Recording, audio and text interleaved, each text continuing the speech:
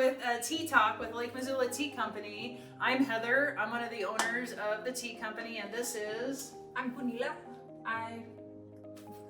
Go ahead. Yes, you can.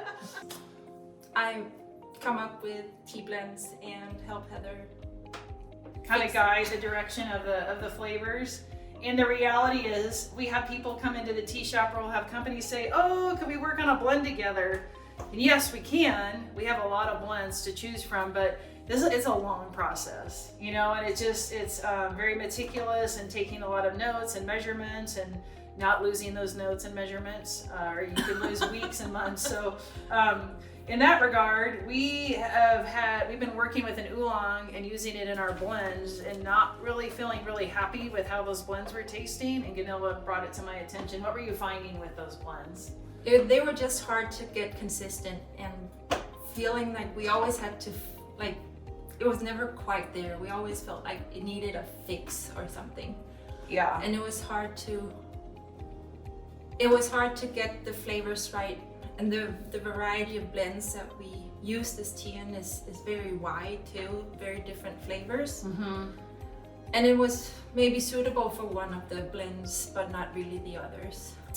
Right, so upon Gunilla's suggestion and her frustration a little bit, we started looking for another oolong, and we landed on the roasted tea Guan. And this roasted tea Guan you can get by itself. You can, but it's also in several of the blends, and we'll talk about that as we're tasting this. But you'll see right now that Gunilla is measuring out. You guys may know by now we're shooting for 5 grams. Which is like it's basically a tablespoon. If you're at home and you don't have a way to measure, you're shooting basically for a tablespoon. And she's putting it in a vessel that it can really unfurl and open up and really infuse. And pay attention as we're talking here, as the leaves, watch what they do. This particular roasted tea Guan is a rolled leaf style. Not all oolong is rolled leaf. This one is. And what we mean by rolled leaf is in the manufacturing process of the leaf, it's literally going through, they're in bags and they get this kind of rolling action going on them. They're doing that because the bruising and the rolling brings out sweetness in a tea, or it brings out nuance in a tea. And that concept that I mentioned before of how something happens to a tea in a particular place, either based on its soil or the way it's been manufactured, is called terroir. And you may have heard that concept in relationship to wine, and we'll talk about this more. It's not green, it's more of like a reddish, dark. That's because oolong, all tea it's classified by its oxidation level, which means exposure to oxygen and how much the moisture is drawn out.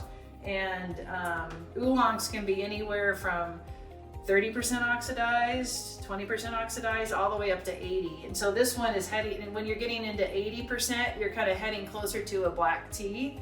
So there's a spectrum. Here's the black tea, here's green tea, and oolong can be in the middle. And this oolong is kind of over in here because of its roastedness. Darker. It's darker, yeah. We have another we have another kind of darker tea too, don't we? We have the Java roasted. Java, yeah. And also the Lake Missoula pearls. Oh, the black pearl, sure. Pearls, yeah. So different flavors. And that's the thing about oolong, is its complexity, you know? And so those are gonna taste different. They're different styles for one thing, but they're coming from different soil. Actually, both of those are coming from Indonesia, where this is coming from China. But the interesting thing about this is it's a Taiwanese family, and it's coming from a mountain called Jingmai Mountain. And they actually grow this particular, their oolong is not high up on the mountain, but kind of midway down on the mountain, very intentionally. And the plants are from Taiwan. So this particular family is known for producing really excellent teas. So they're famous for this. They're famous in Taiwan and in China. And they have farms in both countries. Yeah. So, yeah. How's it doing now?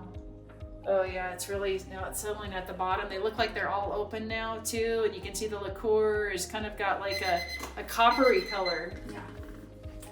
I haven't had this in a while, so I'm curious to taste it again.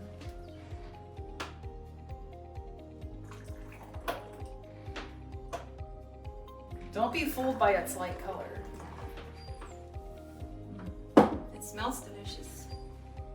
Yeah, it smells like, I can smell Well, I can smell it in steps. Yeah. Yeah. Or It in hits you blocks in almost. Yeah. notes.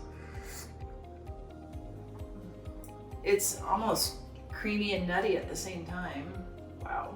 This is a great tea. But very bright, not a dark, like a black tea dark. It's very bright, Like clear at the same time, kind of. Yeah. Like a bell, like a rose, like a coppery bell. I don't know, with a little bit of butter on the side. Mm-hmm. It's so nuanced and so complex, which makes it a very good base for our blending? different blends. Yeah, So- because it lends, like, the qualities can adapt to different flavors, like fruity or nutty, or so it's, Because those elements are actually in this tea too. You can taste the fruity, you can taste the nutty, yeah. in the buttery. So what other blends do we have? I think we have 4. We have 4. We have the creamy coconut oolong, and we have the mimosa oolong, the strawberry milkshake, and the peach peridot. Peach peridot. Okay. So this is getting used this is going into those teas and those blends along with other ingredients too. Yeah. Right. Okay. Yeah, this is really great. I'm gonna have to bring some of this home with me. It's so delicious. It's really good. Adam might need to taste it. Yeah, this might be one that you're gonna want some of. Steeped at 3 minutes at, what was the temperature?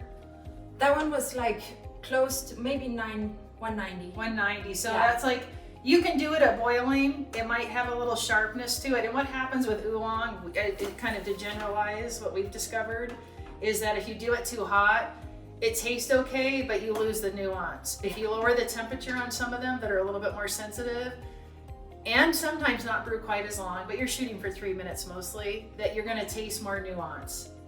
It really pops. Right, it Really, really yeah. allows it to, sure, yeah. Whereas you can boil some of the small The notes. subtleties Yeah. out, yeah, sure. This is another one that you can try brewing again also. There's no rule to this, but brew the 3 minutes, 2.5 minutes, strain it all out so it's not sitting here like this, like literally pour it into, I'll show you what we mean. Like literally get rid of, if this was the 2 or 3 minutes, you would just pour.